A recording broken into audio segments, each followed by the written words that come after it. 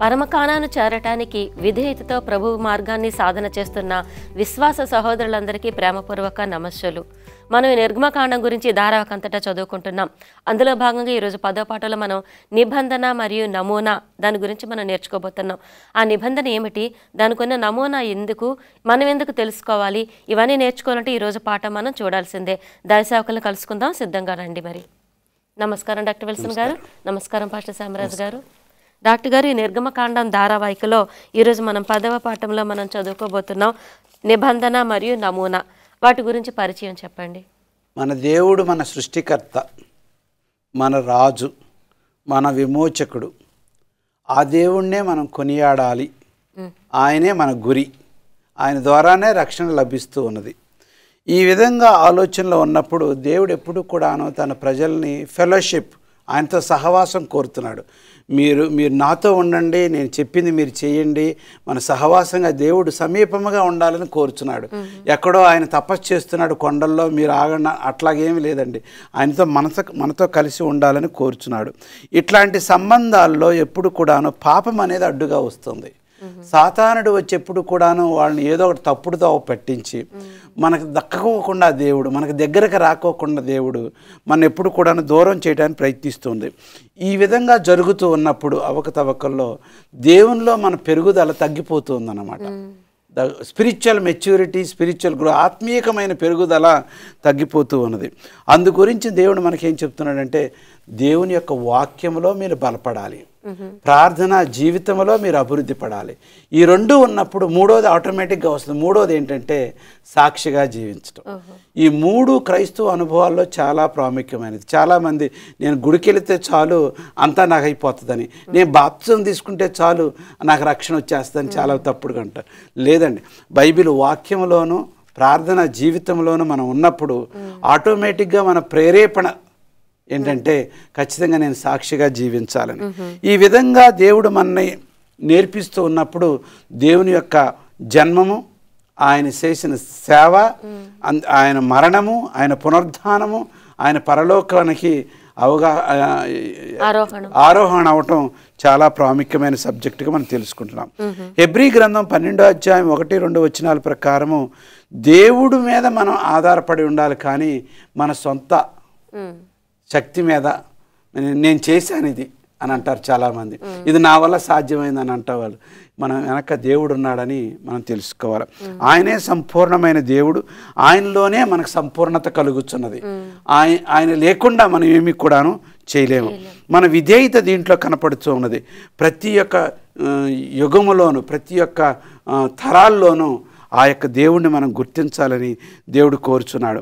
ఈ విధంగా మన విధేయతలో అభివృద్ధి పడటం ఎలాగా, దేవుని యొక్క ప్రజలుగా ఏ విధంగా నిలిచిపోవాలి, కొన్ని సూత్రాలు ఈరోజు పాఠంలో మనకు రాయబడి. బాగుందండి. పాస్టర్ గారు, ఈరోజు పాఠం కొరకు లేఖనం వినిపించండి. నిర్గమకాండము 24వ అధ్యాయము 3వ వచనంలోంచి తీసుకోబడి ఉన్నది. మోషే వచ్చి యెహోవా మాటలన్నిటినీ విధులన్నిటినీ ప్రజలతో వివరించి చెప్పెను. ప్రజలందరూ యెహోవా చెప్పిన మాటలన్నిటి ప్రకారము చేసేదమని ఏకశబ్దముతో ఉత్తరమిచ్చరి. ఈ యొక్క వాక్యంలో మరి ఎప్పుడైతే మోషే మరి కిందకు వచ్చి దేవుడు చెప్పిన మాటలన్నీ కూడా వారికి వివరించి ఉన్నారో, వారందరూ కూడా ఈ యొక్క విధులను, ఈ యొక్క దేవుని యొక్క మాటలు మేము పాటిస్తామని ఏకస్వరముతో, కంఠస్వరంతో చెప్పినట్లు చూడగలుగుతున్నాము. డాక్టర్ గారు, మరి ఈ ప్రజలు దేవుని నిబంధన ప్రజలుగా ఉండటం కొరకు దేవుని యొక్క రక్త ప్రోక్షణ అనేది ఎలా సహాయపడుతుందంటారు? మనం సాధారణంగా మాట్లాడుకున్నప్పుడు సంభాషణలో మీకు మాకు తేడా ఏంటి అని అంటారు. క్రిస్టియన్స్, తర్వాత హిందువులతో మీకు మాకు తేడా, మీరుకి దేవుడున్నాడు, మాకు దేవుడున్నాడు, మీకు మాకు తేడా. మనం ఆ తేడా అక్కడ చూపించగలగాలి, నోటి మాట ద్వారా కాదు, మన జీవిత విధానం ద్వారా. మనలో మనశ్శాంతి, సంతోషం ఉండటం, మనం ఆరోగ్యంగా ఉండటం, భార్యాభర్తలు కలియకగా ఉండటం, మనం దయభక్తితో ఉండటం, లోక ఆశలతో మనం స్వార్థం లేకోకుండా మనం మంచితనాన్ని చూసి మనం క్రైస్తవులము, మనం జీవం గల దేవుని పూజించే వాళ్ళము అని ప్రజలు మన గ్రహించాలి. దేవుని ఉద్దేశం అదే అయి ఉన్నది. 7-8 వచనాలు చదవండి. 24వ అధ్యాయము 24వ అధ్యాయం 7-8 వచనం. అతడు నిబంధన గ్రంథమును తీసుకొని ప్రజలకు వినిపింపగా వారు యెహోవా చెప్పినవన్నీ చేయుచు విధేయులమై ఉందుమనిరి. అప్పుడు మోషే రక్తమును తీసుకొని ప్రజల మీద ప్రోక్షించి, ఇదిగో ఈ సంగతులన్నిటి విషయమై యెహోవా మీతో చేసిన నిబంధన రక్తము ఇదే అని చెప్పాను. అసలు ఇక్కడ 10 ఆజ్ఞల గురించి మాట్లాడలేదండి. నిబంధన వాక్యాలు అంటే మీరు నాతో ప్రతిరోజు కూడాను సంభాషణ చేస్తారు. పాపం ఉన్నట్లయితే గొర్రెపిల్లను వధించి మీరు మళ్ళీ ఒడంబడిక చేసుకుంటారు. మీరు శుభ్రమైన అలవాట్లతో ఉంటారు. కక్షలు తీర్చుకోగలేరు. మీరేమాత్రం కూడాను మీకు దగ్గర పని చేయుచున్న బానిసలకు అన్యాయం చేయకూడదు. వాళ్ళకి స్వేచ్ఛన. ఇవన్నీ కూడా ఏంటంటే higher standard of moral and ethical living. అది మనం చెప్పుకోవాలి. నీతి నిజాయితీ మంచి చెడుల్ని మనం అందరికంటే మెరుగైన వారిగా ఉండాలి, ఉన్నతమైన స్థానం. ఎందుకు అని అంటే మనం జీవము గల యెహోవా దేవుని సేవిస్తున్నాం కాబట్టి. చూడండి, వాళ్ళకి రాసి నేర్పించి చూపించడమే కాదు, కానీ మోషే తీసుకొచ్చి వాళ్ళ మీద జల్లి, ఇదిగో ఈ నిబంధన వాక్యాలు మనం పాటించేవాళ్ళం అంటే వాళ్ళు ఏమన్నారు? అవును, పాటిస్తావా నోటి మాట ఇచ్చారు. కొద్ది రోజులకే మళ్ళా ఆయన కొండ మీదకి వెళ్ళిన తర్వాత విగ్రహారాధన. అంటే మానవుడి జీవితం కార్నల్ నేచర్, శారీరక వాంఛలు ఎంత సాధారణ మన ఏ విధంగా బలహీనపరుస్తాడో, ఎంత తొందరగా మనకు మనమే మోసం చేసుకుంటాము. దేవుణ్ణి ఎన్నిసార్లు మనం డిస్కరేజ్ చేస్తాం. ఆయన్ని నా ప్రజలు నా మాట వింటారులే అని అనుకుంటాం, కానీ ఆయన్ని చాలా విచారపరుస్తాము. ఈ వాక్యంలో కనపడుతుంది. దేవుడు ఎప్పుడు కూడాను సంబంధం కలుపుకోవాలని చూస్తానన్నమాట ముందే చెప్పాను. ఆయన ప్రారంభంలోనే మానవుని తయారు చేసినప్పుడు 2 సంస్థలు ఏర్పాటు చేసి ఇన్స్టిట్యూషన్స్ ఎస్టాబ్లిష్ చేశాడు. దేవుడికి మానవుడికి సంబంధం బాగా ఉండటానికి ఫలానా టైంలో ఫలాని విధంగా ప్రార్థన చేయండి అని సబ్బాతుని ఏర్పాటు చేశాడు. మానవుడి సమాజంలో క్రమంగా ఉండటానికి, పాపం పెరక్కోకుండా ఉండటానికి భార్యాభర్తలు కుటుంబ సంబంధం ఏర్పాటు చేశాడు. సాతానుడు ఈ రెండింటిని కూడాను నవీన కాలంలో చాలా వరకు నష్టపరిచి పాడు చేసి దానికి వేరే వేరే పద్ధతులు కూడా పెట్టి అది పొల్యూట్ చేసేసాడు, అపరిశుద్ధంగా చేస్తున్నాడు. ఇంకా మనం ముందుకు వెళ్ళినట్లయితే మానవుడి యొక్క జీవితం, human nature is fragile, week and thoroughly sinful. బాగా ఘోరంగా ఉండిపోయింది నోహో దినంలో. అలా ఉండకుండా ఉండడానికి దేవుడిచ్చిన నిబంధన వాక్యాలు జాగ్రత్తగా పాటించాలని మన సలహా ఇస్తూ ఉన్నాడు. బాగుందండి. చాలా చాలా వివరంగా చెప్పబడింది దేవుని రక్త ప్రోక్షణ గురించి. చిన్న విరామం తీసుకొని పాట మధ్యలోకి వెళ్దాం. చూస్తూనే ఉండండి. చిన్న బ్రేక్ తర్వాత ఇంకొంచెం వివరంగా తెలుసుకుందాం నిబంధన గురించి. నిబంధన గురించి చదువుకుంటున్న ఈ పాటలో ఇంకొంచెం వివరంగా తెలుసుకున్నారండి. పాస్టర్ గారు, మరి ఈ కొండ మీదకి దేవుడు పిలిచాడు, ఈ నిబంధన గురించి మాట్లాడుతున్నాం. కొండ మీదకి మోషే ఒక్కడే వెళ్ళారంటారా, ఇంకెవరైనా వెళ్ళారా? దాని గురించి కొంచెం చెప్పండి. దేవుడు కొండ మీదకి పిలిచినప్పుడు మరి 24వ అధ్యాయంలో మనం చూస్తున్న సమయంలో మోషేతో పాటు కొంతమందిని దేవుడు తీసుకువెళ్ళినట్లు మనం చూస్తున్నాము కొండ దగ్గరికి. అంటే ఇక్కడ ఒక 73 మంది వెళ్ళినట్లు మనకి పెద్దలు లెక్క కూడా మనకి కనపడుతుంది. దేవుడు మోషేతోటి స్వయాన్న కొండ శిఖరము కింద మాట్లాడక ముందు ఆ కొండ మధ్యలోనికి వారిని తీసుకువెళ్ళి వారితో పాటు కూడా అక్కడ మరి నిబంధన చేపించుకుని వారితో భోజనము వారు కలిసి చేసుకుని ఆ తర్వాత మోషేను పైకి రమ్మని చెప్పినట్లు మనం చూడగలుగుతున్నాము. ఈ విషయంలో మనకి అర్థమవుతుంది ఏంటంటే, వారి 11వ వచనంకి వచ్చినప్పుడు ఆయన ఇజ్రాయేలీలోని ప్రధానులకు ఏ హానియు చేయలేదు, వారు దేవుని చూచి అన్నపానములు పుచ్చుకొనిరి అని మనం ఇక్కడ చూడగలుగుతున్నాం. అంటే దీనికి అర్థం ఏంటంటే, దేవుడు వారితో ఉండటానికి కూడా ఇష్టపడి మరి వారితో కూడా సహవాసంలో ఉన్నట్లు మనం చూస్తున్నాము. అయితే ఇక్కడ అన్నపానములు పుచ్చుకున్నారు అనే ఒక విషయాన్ని మనం జ్ఞాపకం చేసుకున్నప్పుడు, ఈ యొక్క మిడిల్ ఈస్ట్ ప్రాంతాలన్నీ కూడా ఎప్పుడైతే వారు ఈ రీతిగా ఐకమత్యముగా భోజనానికి కూర్చుంటారో వారిలో ఐకమత్యం అనేది వారికి పెరుగుతూ ఉంటుందండి. వారు ఇలాగ కూర్చోవటం అనేది ఒక ప్రథమమైన ప్రాముఖ్యతకు వారిని దారికి తీసుకువెళ్తూ ఉంటుంది. ఒకవేళ ఇలా పిలిచినప్పుడు వారు రానన్నారంటే దానికి చాలా ఇష్టం లేదు లేకపోతే వ్యతిరేకం, చాలా భావాలు కూడా దానికి వచ్చేస్తూ ఉంటాయి. ఇది ఉద్దేశంలో పెట్టుకుని యేసుక్రీస్తు వారు దీనివల్ల మనకేం చేశారంటే ఈ ప్రభురాత్రి వినే సంస్కారంను దేవుడు మనకి పరిచయం చేశారు. ఈ ప్రభురాత్రి వినే సంస్కారంలో ఎప్పుడైతే మనందరం కూడా వచ్చి కలిసి ఒకరి కాలు ఒకరు కడుక్కొని మన సమాధానం పడతామో అప్పుడు దేవుడు మనందరికీ కూడా క్షమాపణ కలుగు చేయటమే కాకుండా అందరిలో కూడా ఒక ఐక్యమత్యాన్ని కూడా కలుగు చేస్తున్నట్లు మనం చూస్తున్నాము.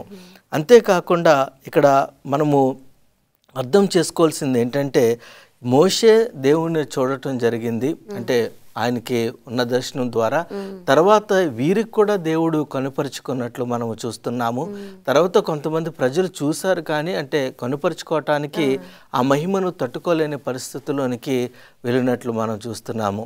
ఏదేమైనప్పటికీ ఆ అందరూ కూడా దేవుణ్ణి చూచి వారు దేవుడు నిజమైన దేవుడు అని వారు తెలుసుకుని ఆ యొక్క ఐక్యమత్యంలో ఉండటానికి దేవుడు వారికి ఒక అనుభూతిని ఇచ్చినట్లు మనం చూడగలుగుతున్నాము. బాగుందండి డాక్టర్ గారు. మరి మన జీవితంలో ఇలా మోషే వలె విధేయత కొరకు మనం ఎలాగ శక్తిని పొందుతామంటారు? బైబిల్ ఏం చెప్తుంది దాని గురించి? ఎవరన్నా ఒక మాట చెప్తే అది వినటం అనేది చాలా కష్టం అండి. వినే బదులు దానికి అవిధేయత చూపించడం చాలా ఈజీ. ఎట్లా తీసుకొచ్చాడంటే నవీన సమాజం పాపం ఎట్లా పెరిగిందంటే సమాజం ప్రవక్తన మనం నడవడి అంతా కూడాను చాలా ఆశ్చర్యంగా ఉంటుంది. దేవుడు మాత్రము ఈ యొక్క విధేయత చూపించాలని ఎప్పుడు కూడా ఆశపడుతూ ఉంటాడు. విధేయతలో ఆనందం ఉంది, విధేయతలో పెరుగుదల ఉన్నది, విధేయతలో ఐక్యత ఉన్నది, సంతోషం సంతృప్తి ఉన్నది. కానీ ఆ విధేయత చేయటమే చాలా కష్టం.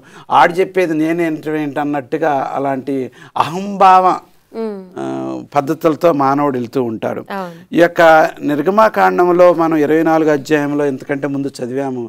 అవన్నీ చెప్పిన తర్వాత మేము చేస్తాము అని అన్నారు.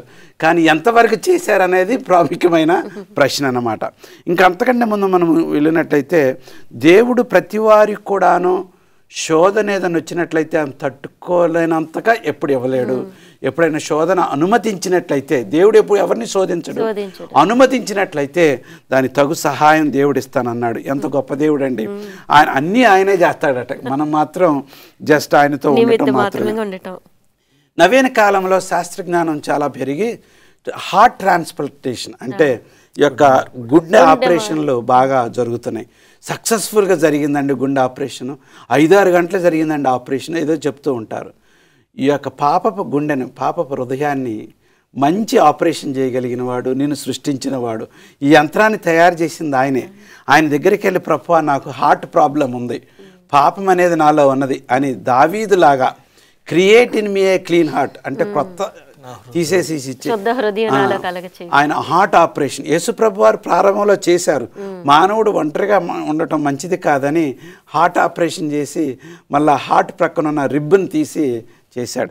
సో మనం ప్రాక్టికల్గాను ఆత్మీయంగాను ఇది మనం చూసుకున్నట్లయితే దేవునితో ఉండటము, దేవునితో నూతన హృదయం కోరటము, మంచి జీవించటం చాలా ప్రాముఖ్యం.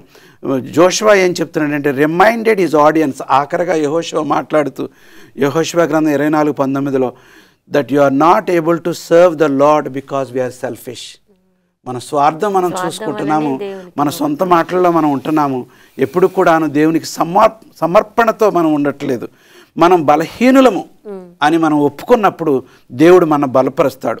ఒక్కసారి ఈ యొక్క ప్రవక్త అయిన ఎహెజ్కేలు 36 అధ్యాయంలో 26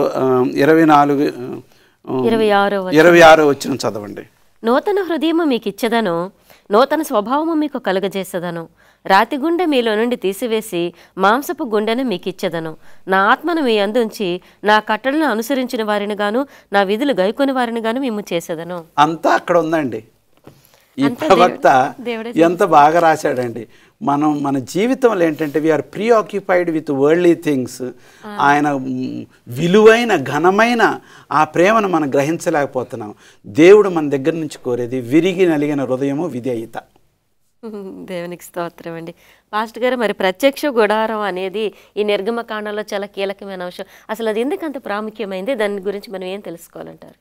ప్రత్యక్ష గుడారంను మనం చూసుకున్నప్పుడు దేవుడు తన యొక్క సన్నిధానమును ఇజ్రాయేల్ ప్రజల మధ్యలో ఉంచటానికి ఈ గుడారాన్ని ఏర్పాటు చేయమని కోరినట్లు మనం చూడగలుగుతున్నాము. దేవుడు తన యొక్క ప్రజలతో వివిధ రకములుగా మాట్లాడినప్పటికీ, పద్ధతులను ఉపయోగించినప్పటికీ దేవుని యొక్క కోరిక చాలా అమూల్యమైనదిగా మనం చూడగలుగుతాము.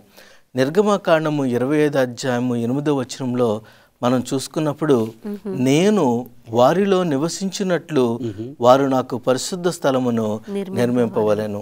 నేను వారి మధ్యలో ఉండటానికి నాకు ఒక పరిశుద్ధ స్థలము, ఆ పరిశుద్ధ స్థలము లేకపోతే ఆయన యొక్క ప్రజెన్స్, ఆయన యొక్క ఉనికిని ప్రజల మధ్యన ఎందుకు ఉంచుతానంటున్నాడంటే వారు మళ్ళీ విగ్రహారాధనకు వెళ్ళిపోకూడదని.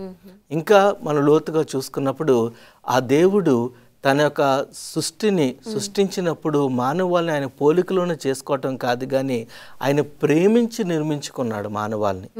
అందుకనే మానవుడిని సృష్టించిన తర్వాత చాలా మంచిది అని దేవుడు పలికిన మాటలు కూడా మనం చూడగలుగుతున్నాము. అంటే ఇక్కడ సాధారణంగా మరి అపోస్తలుడైన పౌలు, మరి అదే రీతిగా సొలొమోను, అదే రీతిగా వేరే పద్ధతిలో కూడా చూసుకున్నప్పుడు మానవులు చేతులు హస్తాలతో చేసిన గుడారములో ఆయన నివసించలేడు అనే వాక్యాలు ఉన్నప్పటికీ అవి ఇహలోక సంబంధమైన వాటి కోసం మాట్లాడుతున్నట్లు మనం అర్థం చేసుకోగలుగుతాము. కానీ దేవుడే స్వయాన్న నాకు యొక్క గుడారమును నిర్మించమని చెప్పినప్పుడు ప్రజల యొక్క గొప్పతనము మనకు అర్థమయ్యేది ఏంటంటే, బంగారాన్ని తీసుకొచ్చారు, వెండిని తీసుకొచ్చారు, మరి రాగిని తీసుకొచ్చి అక్కడ వారికి ఉన్నవన్నీ కూడా ధారాళంగా తీసుకొచ్చి దేవుని యొక్క గుడారముకు ఇచ్చినట్లు మనం చూడగలుగుతున్నాము. అంటే దేవుడు మన మధ్యలో ఉంటున్న సమయంలో మనం దేనికోసం కూడా లెక్క చేయము. దాతృత్వ హృదయము దేవుడు మనకు కలుగు చేసి ఆయన యొక్క సన్నిధానమును సంపూర్తిగా పొందటానికి దేవుడు మనకు సహాయం చేస్తాడు. చాలా బాగుందండి. వాళ్ళ ఆసక్తితో మొత్తం అంతా కుమ్మరించారు. చిన్న విరామం తీసుకుందాం. చిన్న బ్రేక్ తర్వాత పాఠం చివరి భాగంలోకి వెళ్దాం. చూస్తూనే ఉండండి. 10వ పాఠం చదువుకుంటున్నాం. చివరిలో ఏముందో విందాం మరొకసారి. డాక్టర్ గారు, ఈ గుడార పరిచర్య గురించి చెప్పినప్పుడు అది క్రమ పద్ధతిలో చేయాలని ఎందుకు దేవుడు చెప్పాడు? దాని ప్రాముఖ్యత ఏమంటారు? గుడారము కార్యక్రమం అంతా కూడాను ఒకే ఉద్దేశం, దేవుడు వారితో ఉండాలని. వారితో ఉండాలన్నట్లయితే పాపం అనేది ఉండకూడదు. అందుకోసం పాపాన్ని వెంటనే you have to address and remove it. పాపం వారి మధ్యలో తీసివేయాలి. అందుకోసం ప్రతిరోజు కూడాను చేస్తున్న సేవ అంతా కూడాను ఆ పాపాలను కూడబెట్టి యామ్ కపూర్ తీర్పు దినాన తీసివేయడానికి దేవుడు ఏర్పాటు చేశాడు. చాలా పవిత్రమైన కార్యక్రమం ఇది. ఈ కార్యక్రమాన్ని ఏంటంటే దేవుడు మనుషుల సమీపంలో ఉండాలనే ఉద్దేశంతోనే, అప్పుడు మనుషులు పాపం చేయకుండా ఉంటారని ఆయన ఆశ. మనుషులు మాత్రం అది పూర్తిగా అర్థం చేసుకున్నారా లేదో తెలియదు, కానీ ఖచ్చితంగా సెరిమోని, ఆచార సంస్కారం, ఆచార పద్ధతులు, ఆచార పూజలన్నీ కూడాను జాగ్రత్తగా చేశారు. ఎందుకని లేవీలకు అప్పచెప్పారు కాబట్టి వాళ్ళు చాలా పద్ధతి ప్రకారం చేసి ఉన్నారు అహరోను యొక్క నాయకత్వంలో. ఈ విధంగా చేస్తూ ఉంటే మనం గమనించింది ఏంటంటే, వేరే వాళ్ళు మతాలు పూజలు పునస్కారాల కార్యక్రమాల్లో వాళ్ళు అట్లా చేస్తున్నారు కాబట్టి ఇశ్రాయేలు కూడాను కొన్ని అటు ఇటు చేస్తే వాళ్ళు ఇంకా తృప్తి పడతారేమోనని చేతి పనులు కూడాను. ఉదాహరణకి యాజకుడు అనేవాడు ఆ యొక్క గుడారపు సేవలో వాడు ఎలాంటి డ్రెస్ వేసుకోవాలి, ఎలాగ ప్రవర్తించాలి, అర్థమవుతుందండి. అంతేకాకుండా మరి ఆయన ధూపవేదిక తీసుకోవాలి. ఆయన ధరించినప్పుడు, యాజక వస్త్రాలు ధరించినప్పుడు బంగారు దట్టి ధరించాలి. అంతేకాకుండా ఇంకా పరిమళ ధూపం పట్టుకొని వెళ్ళాలి. ఇవన్నీ కూడాను ప్రజల యొక్క పాపము, దేవుని యొక్క సమీపం గురించి మాట్లాడుచున్నది అనమాట. ఈ అంతే ఎవరైనా దీవించినప్పుడు యాజకుడు అనాయింటింగ్ ఆయిల్, అభిషేకం ఇచ్చే నూనెతో, తైలముతో అభిషేకించాలి. చేతులు బాగా కడుక్కోవాలి. దానికి ఒక బోళం, ఒక పెద్ద బోళం అంటూ ఉన్నది. ఈ కార్యక్రమాలన్నీ చేస్తూ దేవుని యొక్క ఉద్దేశం ఏంటంటే మన హృదయం మారాలని, పాపం ఎంత ఘోరమైందో వాళ్ళు గ్రహించాలని. ఇది దేవుని యొక్క ఉద్దేశమై ఉన్నది. నిర్గమాకాండం 31వ అధ్యాయంలో ఇవన్నిటికి కూడాను దేవుడు సహాయపడుతూనే ఉన్నాడు. ఈ కార్యక్రమాలు చేస్తూ దేవుడు వారి మధ్యలో ఉన్నాడు. అంటే వాళ్ళు చుట్టూరు కూడాను 12 గోత్రాలు వారు ఆ యొక్క టెంట్లు వేసుకొని ఆ డేరాల్లో ఉంటూ ఉండగా మధ్యలో నివసించింది నేను, వారి మధ్యన నివసించులాగున వారు నాకు ఒక నివాస స్థలం ఏర్పాటు చేయాలి. దీని అంతటి కూడా నేర్పించేది ఏంటంటే దేవుడు ఒక ఆత్మ ఉన్నాడు, ఆత్మశుద్ధి మనకు కావాలని కోరుచున్నాడు.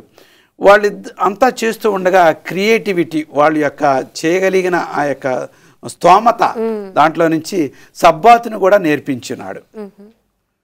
ఉదాహరణ యెహెజ్కేలు గ్రంథము 20:12 నేను వారి యొక్క ప్రజలు పరిశుద్ధత చేయనట్లుగా టు శాంటిఫై దెమ్, వారి యొక్క సబ్బాతును పవిత్రపరిచి యెహోవాను నేనే అని వారు తెలుసుకున్నట్లు. చాలామంది క్రైస్తవులు సబ్బాతుని అక్కడే అరణ్యంలోనే ప్రారంభించారని చెప్తూ ఉంటారు, 10 ఆజ్ఞలతో ప్రారంభమని చెప్తూ ఉంటారు. ఆ విధంగా లేదండి. ఆ యొక్క ఆదికాండం 2వ అధ్యాయంలోనే ఆ సృష్టి ముగించినప్పుడే సబ్బాతున దేవుడు ప్రారంభించినాడు. అంటే పాప మానవుడిని దేవుని ఎలాగ పూజించాలో, ఎలాగ ప్రార్థించాలో, ఎలా స్తుతి చేయాలో ఆ యొక్క సబ్బాతు నుంచి మానవుడికి నేర్పించినట్టుగా గుర్తొస్తున్నది. 10 ఆజ్ఞలు 2 పలకల మీద రాసినప్పటికీ, 10 ఆజ్ఞలు ఉన్నప్పటికీ వాటికంటే ప్రాముఖ్యమైనది ఏంటంటే నీ హృదయం యేసుక్రీస్తుతో మరి కలిసి ఉండటం అనేది ప్రాముఖ్యం. ఇది నేర్పించుకుంటున్నారు. చాలా వివరంగా చెప్పారు డాక్టర్ గారు. పాస్టర్ గారు, మరి నిబంధన మరియు నమూనా, ఇందులో ఇంకా ఇతర అంశాలు ఏమనంటే చెప్పండి. ఈ యొక్క నిబంధన మరియు నమూనాలలో మనం చూసుకున్నప్పుడు దేవుడు ఆ నిబంధనను ఏర్పాటు చేయటానికి ఒక గుడారమును కట్టమని, ఆ గుడారముతో మన మధ్యలో ఉంటానని దేవుడు సెలవిచ్చి ఉన్నాడు.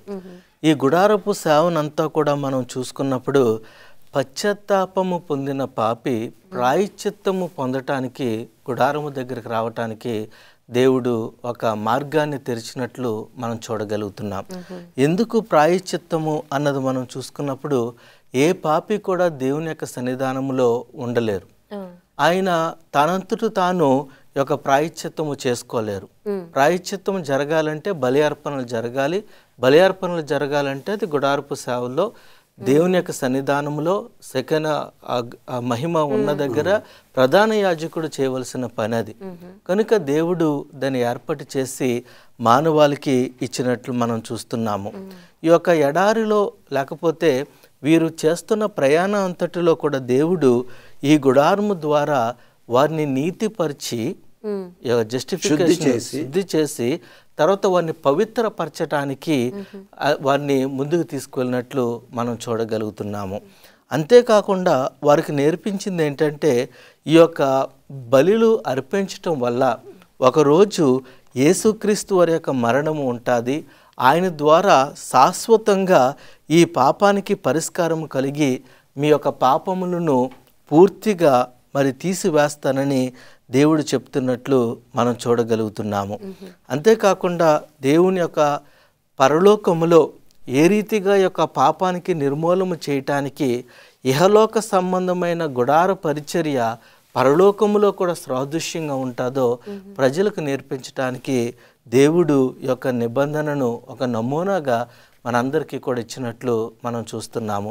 ఈ యొక్క దానియేలు గ్రంథాన్ని 7వ అధ్యాయంలో మనం చదివినప్పుడు మహావృద్ధుడు వచ్చినప్పుడు, మరి కుర్చీలు వేయబడినప్పుడు, గ్రంథాలు తెరవబడినప్పుడు ఇవన్నీ కూడా ఈ యొక్క నమూనాయ సాదృశ్యంగా మనం అక్కడ చూడగలుగుతున్నామని ఈ పాఠం ద్వారా తెలుసుకోగలుగుతాము.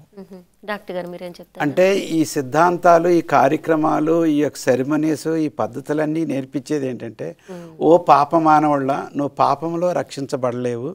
నేను ఇశ్రాయేలుని ఇట్లా ప్రత్యేక జనంగా యాజక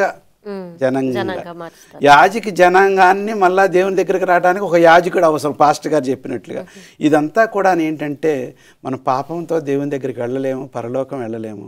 మన ప్రయాణంలో ఖచ్చితంగా ప్రధాన యాజకుడైన యేసుక్రీస్తు వారు మనకు అవసరం. బాగుందండి. పాస్టర్ గారు, ప్రేక్షకులు ఆ రీతిగా వాళ్ళ పాప లోకాన్ని వదిలి దేవుని తిరిగిలాగా దీవించండి. మహాపరిశుద్ధుడా, మా ఘనమైన తండ్రి, ఈ యొక్క చక్కని సమయమందు మాకు ఇచ్చిన అవకాశాన్ని బట్టి వందనాలు. మీ వాక్యాన్ని ప్రభా మేము పంచుకోవటానికి ఈ సబ్బతుబడి పాఠం ఇచ్చినందుకు ధన్యవాదాలు ప్రభా. ఈ ప్రాముఖ్యమైన సమయమందు మేమందరము కూడా ఈ గుడార పరిచర్య ద్వారా, ఈ యొక్క నమూనా ద్వారా మేము పాప క్షమాపణ పొందుతూ పరలోకములో మా కోసము యేసుక్రీస్తు వారు ప్రధాన యాజకుడిగా ఉండి ఉన్నారని విశ్వాసముతో మా పాపాన్ని తొలగించుకుని మీకు దగ్గరగా ఉండే ధన్యతను కలుగచేస్తారని యేసు నామమున అడుగుతున్నాము తండ్రి. అవునండి, చాలా విలువైన పాఠం. చాలా మందికి చాలా సందేహాలు కూడా ఉంటాయి ఈ గుడార పరిచర్య అన్నింటిలో కూడా. చాలా వివరంగా చెప్పారు. ధన్యవాదాలు. నమస్కారం. తెలుసుకున్నాం కదా సహోదరులారా. దేవునికి వాగ్దాన ప్రజలుగా ఒక నిబంధనలు జీవించమని ఇచ్చినప్పుడు అలాగే ఉండేటోలేదు మనుషులందరూ భ్రష్టత్వంలో పడిపోతున్నారు. ఈ భ్రష్టత్వం నుండి మనకి విడుదల ఇవ్వటానికి మనకు ఒక మధ్యవర్తి ఉన్నాడు. ఎవరు ఎక్కడున్నారో తెలుసుకోవాలంటే వచ్చే పాఠంలో కలుసుకోవాలి. అంతవరకు ఈ పాఠాలని మీరు లైక్ చేయండి, షేర్ చేయండి, ధ్యానం చేయండి, సువార్త ప్రచారంలో భాగం అవ్వండి. క్రీస్తు నామములో శుభములు పొందండి.